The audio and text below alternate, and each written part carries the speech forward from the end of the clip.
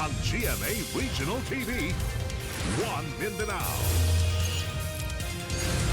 Aniya na mga dagkong balita karong adlaw sa One Mindanao.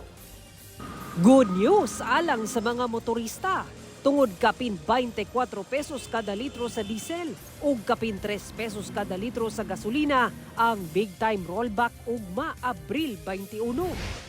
Pipila ka taxi drivers ug PUJ drivers sa Cagayan de Oro City gireklamo sa LTFRB10 ang 1,500 pesos lang nga nadawat nga fuel subsidy. Kapin 300 kakabanay sa Davaoenyo OFW sa Middle East nakadawat og tag 5,000 pesos nga cash assistance gikan sa Davao City LGU. Lalaki nga nagpabuto og armas, patay human giingong misukol sa kapulisan. 12 anyos nga babae, patay human nadamay sa pinusilay. Unom ka personahe sa Philippine Coast Guard, dakpan human nagpalusot og smuggled nga sigarilyo sa Misamis Oriental. Og mga opisyal sa Davao del Norte naglaom nga magpadayon ang Samal Island Davao Connector Bridge luyo sa isyu sa pondo. Kini ang GMA Regional TV, One Mindanao. Mayong hapon Mindanao, ako si Sara Hilomen Velasco. Good news! Dakong rollback na sab sa presyo sa mga produktong petrolyo ang ipatuman karong semanaha. Sa anunsyo ni Pangulong Bongbong Marcos, 24 pesos and 94 centavos ang ikunhod sa kada litro sa diesel, 3 pesos and 41 centavos sa kada litro sa gasolina, ug 2 pesos sa kada litro sa kerosene. Panawagan sa Pangulo ngadto sa mga oil company nga ipatuman kini nga tibuok, sakto ug dili madelatar. Abiso sab sa Pangulo sa publiko, abli matud pa ang ilang buhatan ug sa Department of Energy sa mga reklamo ug misaad nga mulihok gilayon kalabot niini. Nagpatuman sabog rollback sa liquefied petroleum gas o LPG.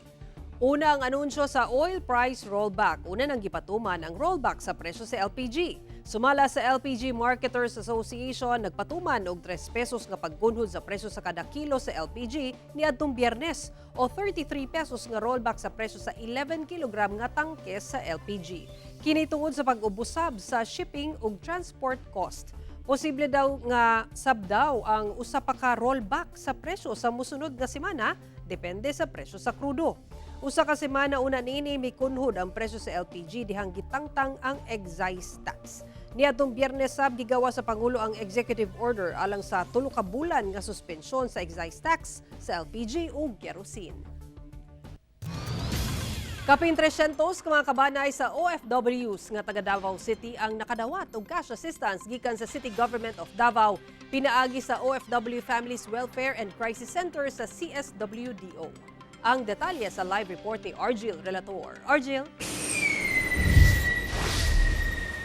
Sara, tag 5,000 pesos sa cash assistance ang nadawat sa matang benepisyaryo. Samtang pagpasabot sa Davao CSWDO nga kung ugaling magsumite og makarekisito sa ilang buhatan, diha dayon madawat ang cash assistance. Sanglit iagi pa kini sa proseso. Nabot ko dito. Bit-bit sa OFW nga si Robin ang iyang plane ticket. Pabalik na unta siya sa Saudi Arabia niadtong April 16. Apa natanggong tungod sa kasamtangang sitwasyon sa Middle East. Swerte man siya kay tulo ka adlaw una nang sugod ang giyera niadtong Pebrero. Nakauli na siya sa Pilipinas alang sa iyang 2 ka bulan nga bakasyon. Apan ang problema niya, wala pa'y kasiguraduhan kung kanus siya makabalik og trabaho abroad. Nakauli ko mga tulo ka adlaw, gira na. Nya kung wala pa ko ka uli, di tanggong ko dito. Nya wala pa mi kabalong kanus sa mag-normal ko ni. Kaya wala mag-flight tayo dito. So karon mga sa mig assistance, financial assistance. So karon kung madawat na mo, so kung di pa gyud mangita lang ni trabaho ni kung sa mga local diri sa Davao. Mao na lang gyud ang choice ani. Si Nanay Cristina, bit-bit sab ang mga dokumento. Ang iyang anak na babae, mag-usa ka tuig na nga nagtrabaho sab sa Saudi. Apan gusto na muuli sa Pilipinas. Lisod gani kay wala man good gi-renew sa iyahang employer ang iyang ikama. Gusto gani kay basin kuan mulala daw ang nahitabo dito rong gira-gira, at least makagawas daw siya. Kay nabe mga anak no. Pipila lamang sila sa mga naglinya sa buhatan sa Davao City Social Welfare and Development Office aron magsumite og dokumento sa tinguha nga matabangan sila sa kalisod nga ilang nasinati karon. Sa miaging semana, 308 ka mga left behind families sa Dabawenyo OFWs ang nakadawat og tag 5,000 pesos nga cash assistance sa City Government of Davao pinaagi sa OFW Families Welfare and Crisis Center sa CSWDO. Naga-extend ta og hinabang or aid adtong mga membro sa pamilya nga nabilin diri sa Pilipinas nga naglisod naa sa kapit o sa sitwasyon tungod kay ang atong mga OFW nga apektado delayed ang ilahang pagpadala o wala sila nakapadala sa ilang suporta o remittance para sa ilahang pamilya. Kwalipikado ang bana o asawa sa OFW nga adunay anak nga minor de edad. Apan kung dili na minor de edad, kinahanglang naga-eskwela pa. Kung byuda o byudo o legal nga bulag ang OFW, pwede ang legal age single nga mga anak ang moproseso kung sila ang nagatiman sa mga igsuon. Kung ang OFW kay single, ang ilang ginikanan ang mahimong proseso. Sa mga dili kasado nga OFW, ang ilang live-in partner o common law wife o husband nga mo'y nagatiman sa mga anak ka minor de edad ang moproseso apan kinahanglan og authorization letter gikan sa OFW. Pagpasabot sa CSWDO nga kung magpasa og rekisitos, dili diha dayon madawat ang cash assistance, sanglit muagi pa kini sa proseso. Base sa mga nag-process dinhi, mo puto itong isubmit nga mga pangalan para sa processing sa tong cash advance. So cash advance, katong nag-apply o nag-process atong gikan sa March 2, kadto pa silang April 15, 16, 17 nakadawat ang 300. So kung natay second batch, so posible kay katapusan naman process pa man tag mga sobra semana, posible mga Mayo na pod nato magawas ang atong second batch. Sa karon, ana-ana sa 857 ka left behind families ug distressed individuals ang midangop sa buhatan sa CSWDO. Sara, lakip sa rekisito sa ID sa magproseso nga naka-address sa Davao City kung man ang ID sub no sa kining OFW nga naka-address sa Davao City. Kailangan sa magkuha og barangay certification magpamatuod sa residence pod do di naka-address pod naka-remarks dito no nakabutang ang purpose nga alang sa CSWD assistance kinahanglan sa kopya sa kining ikima o working visa o dili ba ka active contract sa OFW. Sara. Okay, daghang salamat, Argil Relator. Atong sayro ng dugang pang mga balita sa Mindanao. Makauban nato si Cyril Chavez live sa Cagayan de Oro City. Cyril. Salamat, Sara. Pipila ka mga taxi drivers o PUJ drivers nga nakadawat og 1,500 pesos lang nga fuel subsidy. May reklamo sa buhatan sa LTFRB 10. Nagkasagol-sagol nga datos sa PUJ drivers o taxi drivers ginatudlong hinungdan sa problema. At detalye sa report ni James Paulo Yap. Sayo sa buntag adlong Lunes, pipila ka mga taxi drivers ug operators ang miadto sa buhatan sa Land Transportation Franchising and Regulatory Board Region 10 aron ireklamo ang ilang nadawatan nga 1,500 pesos nga fuel subsidy. Sumala nila, gikakurat nila maong kantidad tungod 5,000 pesos matud pa ang gigahin nga fuel subsidy sa LTFRB alang sa taxi drivers. Mismong ang presidente sa Cagayan de Oro First Taxi Drivers Alliance Concafitada ang nakig-istorya sa Regional Director sa LTFRB 10. Atong klarohon nga sa kadaghanan sa mga taxi drivers nga nakadawat og 1,500. Kuan gid sila, dismayado sila abi lagi kawat ako ilang kwarta. Kung mahimo unta katong kuan na lang kanang cash na lang ginangitag sa ato para maklaro nato kung unsa bay kuan gyud unsa bay klaro nga pila ba ang pipila ang madawat no. Kaya nga atong gustong madawat manggod sa tinuod nga istorya. Katok yung gisultis DOTR nga 5,000. Lakip sab sa miatubang sa LTFRB ang presidente sa United Drivers Association kun UNIDA alang sa pagpaklaro sa 1,500 pesos nga nadawat sa pipila ka mga PUJ drivers pinaagi sa e-wallet app. Nagdahom matud pa sila nga 6,000 pesos ang fuel subsidy alang sa PUJ drivers ug laing 5,000 pesos alang sa AX. Ang sa driver 6,500 gud. 5,000 sa AX, 1,500 sa fuel subsidy. Unya, sa isa ra gid ka driver ang makadawat. Nagtuo gani ang uban nga duha. Usara, basta magsabot siguro ang driver, magtuo nga baka sila.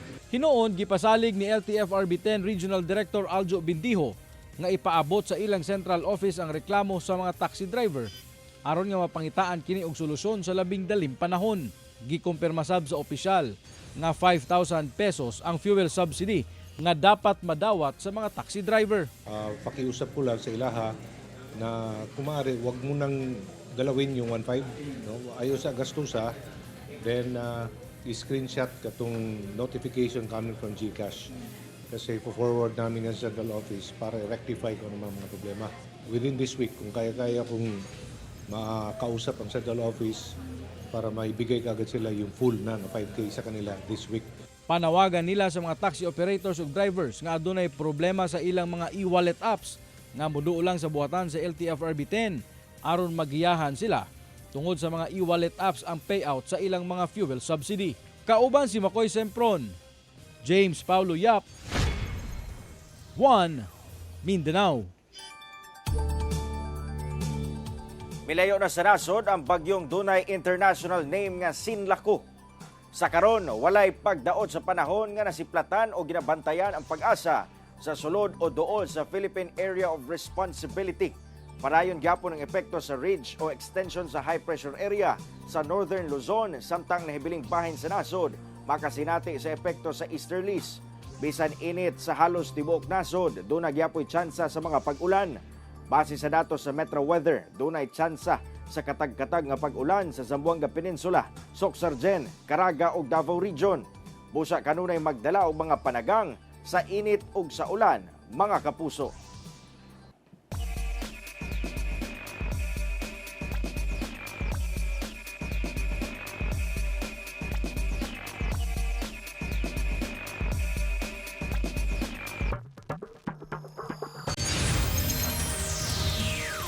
TV ang GMA Regional TV. 1 Mindanao. Gikalipay sa mga Samalenyo ang kalabuan sa ilang supply sa kuryente dihang gikonekta na ang submarine cable sa main grid sa Davao Light and Power Company nga mohatag na og supply sa kuryente sa Samal Island sa Davao del Norte. Ani report ni John D. Esteban. Hayag na ang panlantaw sa resort owner nga si Arceli Ayuste alang sa operasyon sa iyahang resort karong gilauman ang mas lig-on nga supply sa kuryente sa isla. Before, kawawa talaga kami. We were speaking of the downfall of our resorts when there is no power, because if there is no power, there is no water. Malipayon ang lokal nga paggamhanan sa maong kalambuan sanglit dugay na matud pa kining problema sa mga residente o negosyante. Gani daghan na matud pa nga mga appliances ang naguba o pipila ka negosyo ang nalugi tungod sa palong siga nga serbisyo sa kuryente sa kanhi electric provider. Kalipay o kasadya mo gibati karon tungod kay sa wakas nasumpay na gyud ang among ginapaningkamutan nga magkaroon may stable na kuryente sa buong isla. Sumala ni Davao del Norte Governor Edwin Hubahib nga sa karon pa lang daghan na ang nagsignify nga mga investors nga mubuo og proyekto sa isla tungod nasugdan na ang pagsulbad sa problema sa kuryente. Kasagaran nga nagsignify is mga hotels. Pagkakaroon tagang nga kay nag-apply daan sa city gani ang presyo sa yuta karon makita na to ang indicator nga biglang nagtaas from 1,500 per square karon niabot na og 5,000 anay 10,000 per square. So pasabot na indication na siya nga daghan ang nag land banking na karon sa Samal. Sumala sa Davao Light ang submarine cable usa ka 69 kilovolt project nga dunay 50 megawatts nga kapasidad. Mao na kini ang main source sa kuryente sa Samal. Sobra-sobra kini nga supply kay anaara sa 12 megawatts ang demand sa isla. Busa dili kabalak-an kun musaka ang demand. Hopefully in the coming weeks, probably next week or maybe 10 days from now, there will be power coming from the mainland Davao going into Samal, which is fairly stable, very adequate. Right now, you're probably enjoying already the price decrease in your power bills. Kauban, si Melchor Awing sa kamera, John D. Esteban. One Mindanao. Patay ang usa ka lalaki atol sa pagresponde sa kapulisan kalabot indiscriminate firing sa General Santos City nga misangpot sa Pinusilay. Apan patay sab ang usa ka 12 anyos nga batang babae human na damay sa insidente. Kabanay sa bata, gikwestiyon ang operasyon sa PNP. Ang detalye sa report ni Efren Mamak. May bata, sir! Sir, may bata! Sir, may bata, sir! Natulog, sir! Sir, tama na, sir! Walay puwas sa paghatag og warning niini mga residente sa usa ka pulis nga dunay gipabuthan og pusil sa usa ka pribadong balay sa Purok Pandian sa Barangay Labangal sa General Santos City pasado alas 11 Sabado sa buntag. Apan daw wala kini gipaminaw sa pulis, lakip na ang lain pang miduol nga kaubanan nga PNP personnel human duna matudpay gipuntiryang sospek. Gani duna pay lain mga buto-buto sa armas ang madungog. Hangtod nga naundang kini human na igo na kuno ang sospek. Patay na? Sa pagsuta, dead on the spot ang 42 anyos nga lalaking sospek nga usa ka mekaniko. Sumala pa, gigukod kini sa miresponding pulis human misibat gumikan sa reklamong nagpabuto kuno kini og armas. Nasuko kini tungod matud pa sa problema sa pamilya. Ewan ko nagpaputok pa daw. Pero hindi doon sa lalaki nagpaano kay nagano lang doon sa lupa. Apan human sa operasyon, diyang gisuta sa mga residente ang kahimtang sa lugar. Napalgang nagbuyod na sa ilalom sa katre ang usa ka 12 anyos nga batang babae kinsa grade 4 pupil human naigo sa milusot nga bala sa pusil. Gituho ang gikan daw kini sa caliber 45 nga pusil sa sospek. Naigo na ako nga po sa ulo. Sa ulo nya nilapos diri sa liyod, sir. Yang gigukos ang kaning mga bata yang gianaw anak para masipti ta diri sa ilam sa Katrina. Gidala pa ang bata sa ospital apan nakabsan gyapon kini sa kinabuhi samtang ginatambalan. Hustisya ang gipangayo karon sa kabanay sa batang nadamay lang. Gikonsidera sab kining bayani sa iyang pamilya nga misalba sa iyang upat ka igsuon ug igagaw nga anaa sa ilalom sa katre. Dili jud madawat ang among pagkamatay sa akong apo, sir. Tungod sa hitabo, gikwestiyon sa kabanay ang maong operasyon sa PNP. Di ba ang pulis to serve, to protect, di ba? So dapat pag ingon pa lang namo nga naay bata, dili unta sila magpabutugod kay para makadagan sa layo ang kuan ang suspect. Matud sa PNP, gihimo lang kuno nila ang tanan alang sa kaluwasan sa mga residente nga anaa sa lugar. Sir, bata, sir! We will conduct investigation pa if the police personnel exerted due diligence in trying to secure everybody doon because unfortunately residential area kasi ito. Hinoon padayon pa ang investigasyon kung doon nagyud kalapasan ng PNP sa maong hitabo. We will review our existing protocols sa ingana kung that is why higher headquarters conducting transparent investigation so na may shortcomings dire even ako as the station commander kung na may fault dire we will suffer the consequences kung unsay mas sanction na. Kauban si Gary Balantay, Efren Mamak, One Mindanao. Unom ka mga personel sa Philippine Coast Guard ug laing usa ka sibilyan ang nadakpan human na aktuhan nga nagpalusot og smuggled nga sigarilyo sa Naawan, Misamis Oriental. Ang detalye sa report ni James Paulo Yap.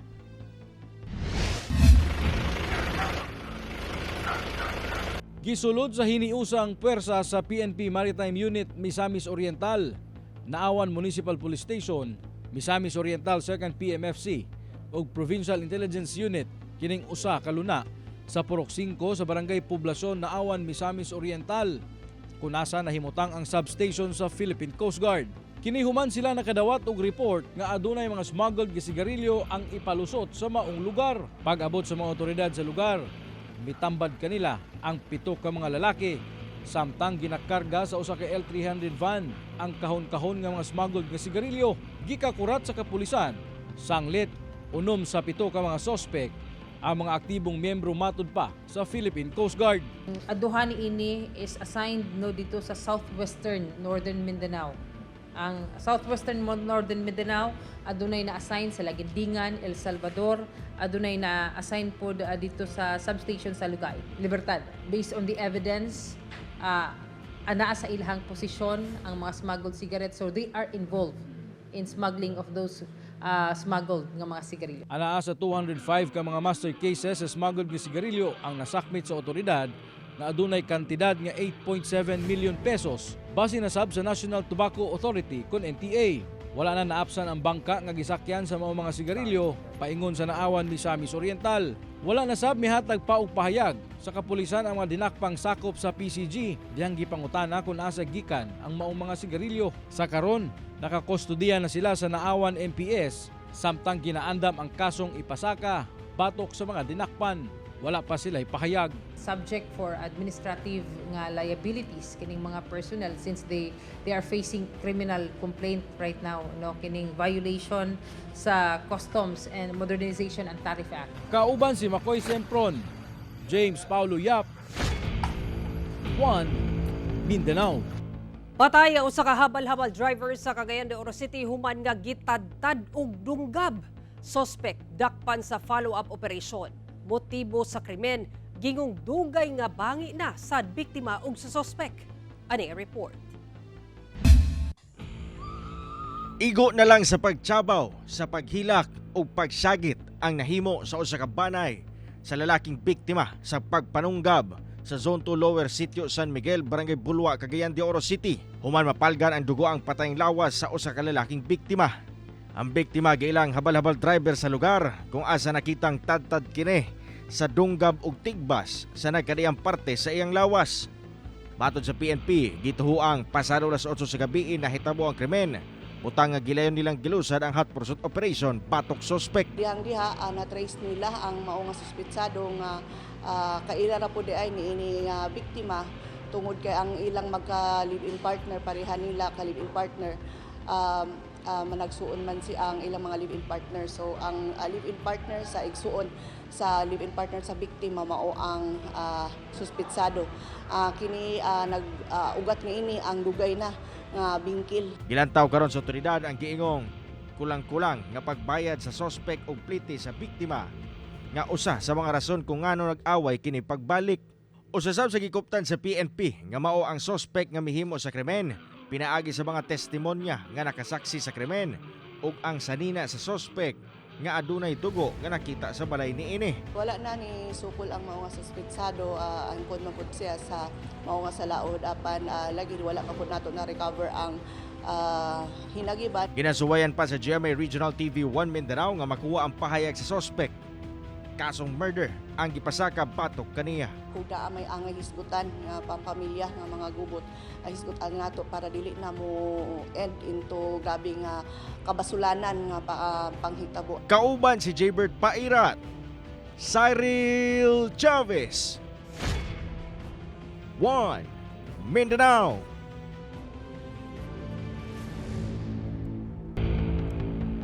Tabi lang mga kapuso sanglit sensitibo ang musunod nga balita.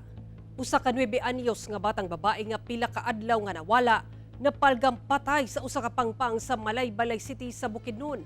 Biktima nakitang gisulod sa sako. Ani ang report. Wala na'y kinabuhi diyang naabtan sa mga nagpakabadang residente sa barangay Kanayan, Malaybalay City, Bukidnon. Ang usa ka tawo nga gisulod sa sako pasado alas 10 sa buntag adlong Biyernes. Ang patayng lawas napalgan sa ubos nga bahin sa usa ka pangpang sa Zone 5, Langkog in Calbog sa barangay Kanayan. Sa pag-imbestiga sa PNP, nasuta nga ang biktima usa ka 9 anyos nga batang babae nga nawala sukad pa niadtong Abril 14 ning tuiga. Ang maong biktima gikumpirma sab sa banay niini nga nakigkoordinar sa PNP. Nag-request pa sa Bukidnon Provincial Forensic Unit na i-process ang crime scene as well as ang area. So nagkuha na punta na-observe nato nga ang kaning patay nga lawas sa atong minor no is nana sa decomposition stage. Dili pa matino sa otoridad kung naabuso ba ang biktima. Sanglit ipailawom pa kini sa autopsy. Aduna nay person of interest karon ang PNP. Apan mibalibad pa sila sa paghatag og mga dugang detalye. Nag-imbestiga na ta sir sa nahitabo sir. Na-coordinate pud ta sa Lantapan sir kay ang pamilya man sa kaninga minor is na at Tagalantapan. But definitely, sir, pangitaan yung pamaagi sulbaro ni ug hatagan yun nato og hustisya ang pamilya sa biktima. Nanawagan ng PNP karon sa mga individual nga adunay impormasyon kalabot sa insidente nga makig-alayon kanila. Samtang siyang social media post, nagtanyag karon og 50,000 pesos nga ganti si Malaybalay City Councilor Jason Chad Ayala para sa makatudlo sa gikahimutangan sa giilang POI sa pagkamatay sa maong babaeng biktima. Ginakuhaan pa sa GMA Regional TV 1 Mindanao og pahayag ang nahibiling panay sa biktima. Cyril Chavez, 1 Mindanao. TV ang GMA Regional TV 1 Mindanao. Patay ang usa ka lalaking driver human mibangga ang gimanehong kotse sa usa ka truck human kini naka hit and run og duha ka minor de edad nga nagjogging sa Maasim, Sarangani. Usa sa mga nagjogging nga biktima patay sab. Ano ang report ni Efren Mamak? Sa CCTV, makita nga nakaparada kining truck sa kilid sa National Highway sa Barangay Poblasyon, Maasim, Sarangani pasado alas 4 sa kadlawon adlawng Sabado. Matod sa PNP, nangape ang lalaking driver niini. Apan ang maong truck, kalit miabante human nabanggaan ang likod niini ug usa ka kotse nga kusog ang panagan gumikan sa impact.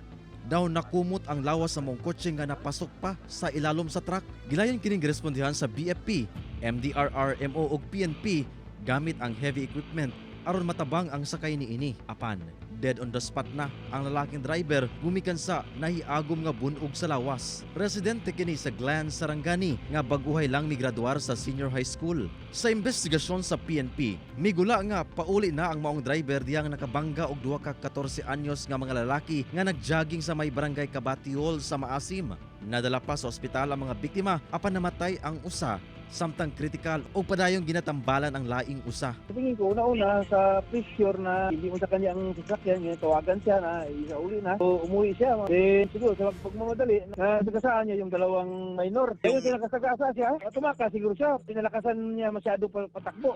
Pagdating sa tinago, nabundol naman niya yung likod ng truck. Sa karon gikustodiya na sa PNP ang driver sa truck. Ginakuan pa kini og pahayag. Lakip na ang kabanay sa namatay nga driver ug sa nabanggaan nga menor de edad. Kauban si Gary Balantay, Efren Mamak, 1 Mindanao. Nagmalampuso na ang unang Glow in the Dark International Dragon Boat Festival nga gipahigayon sa Tagbilaran sa Bohol. Mihayag ang gabi sa Tagbilaran, Bohol niadtong weekend dihang gipahigayon ang labing unang Glow in the Dark International Dragon Boat Festival. Makahingang hagayod ang mga gipangbutangan og suga nga mga misalmot nga dragon boat. Dunay 8 ka team ug kapin 200 ka paddlers ang misalmot. Duna say grupo gikan Canada ug Hungary. Gani daghan ang nalingaw sa nindot nga kaugnahan. Sumala sa mga organizer, nagmalampuso ng Dragon Boat Festival bisan ubay-ubay sab ang wala nakasalmot tungod na apektuhan sa krisis gumikan sa gyera sa Middle East. Showing gihapon sa mga sinehan ang kapuso Gen Z horror film nga Huwag Kang Titingin. Aniya na ang Sumpang Mubali sa Tanan kay showing gihapon ang pinakabagong horror film nga Huwag Kang Titingin sa mga sinehan nationwide. Iandam ang kaugalingon sa usa ka chilling experience ika sa young cast nga sila Sofia Pablo, Allen Ansay, Marco Massa, Michael Sager, Charlie Fleming, Kira Ballinger, Josh Ford, Sean Lucas, Anthony Constantino ug special participation ni Shuvi Etrata. Ang istorya niini gikan sa Filipino folklore nga dunay modernong twist sa clout chasing. Padayong matanawan ang Huwag Kang Titingin sa kapin 140 ka sinehan nationwide. Mamahimo ninyo makita kini nga episode pag-usab uban pang lokal nga balita pinaagi sa pagbisita sa official website sa GMA Regional TV o bisitaha ang among official YouTube channel o gi-click ang subscribe button para sa pinakaulahing balita sa mga rehiyon. Ug mao kato ang mga ulahing balita sa Mindanao karong adlaw. Daghang salamat sa atong mga kapuso sa Mindanao nga nagalantaw kanamo ug sa atong mga kapuso abroad. Kami ang GMA Regional TV 1 Mindanao. Walay gidapigan, walay giprotektahan, kani adto ug karon serbisyo tinuod lang.